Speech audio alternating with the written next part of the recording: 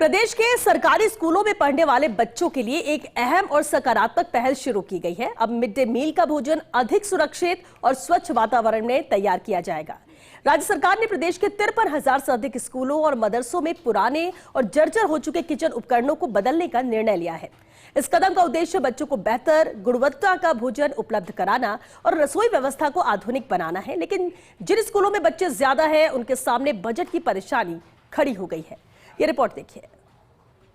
शिक्षा के साथ अब बेहतर kitchen hygiene, mid day meal में बड़ा सुधार, स्कूलों को नए किचन उपकरण, अब बच्चों को मिलेगा ज्यादा साफ और सुरक्षित भोजन। 5 साल बाद बर्तनों के रिप्लेसमेंट का नियम लागू, केंद्र के निर्देशों पर राजस्थान में एक्शन, 10,000 से 25,000 तक स्कूलों को फंड, छात्र संख्या के आधार पर पारदर्शी व्यवस्था, चूल्हा, स्टोव और स्टोरेज सिस्टम होंगे अपग्रेड, किचन हाइजीन पर सरकार का बड़ा जोर, बच्चों की सेहत सुधारने की दिशा में ठोस कदम, सरकारी स्कूलों में सुविधाओं का स्तर बढ़ेगा, शिक्षा के साथ पोषण मिशन को भी मजबूती। मिड डे मील आयुक्तालय की ओर से सभी जिला शिक्षा अधिकारियों को इस संबंध में स्पष्ट निर्देश जारी कर दिए गए हैं। शिक्षा मंत्रालय की गाइडलाइन के अनुसार ये पूरा कार्य चरणबद्ध तरीके से किया जाएगा ताकि हर स्कूल में समय पर नए उपकरण पहुंच सकें। इस योजना की खास बात यह है कि स्कूलों को मिलने वाला बजट उनके नामांकन के आधार पर तय किया गया है। छोटे स्कूलों से लेकर बड़े विद्यालयों तक सभी के लिए अलग अलग राशि निर्धारित की गई है।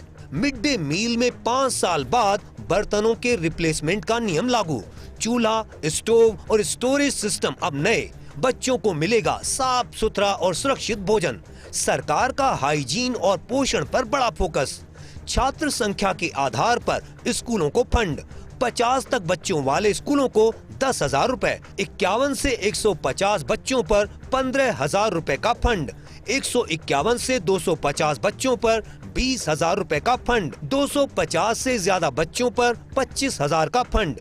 किचन सुधार से भोजन की गुणवत्ता बढ़ेगी।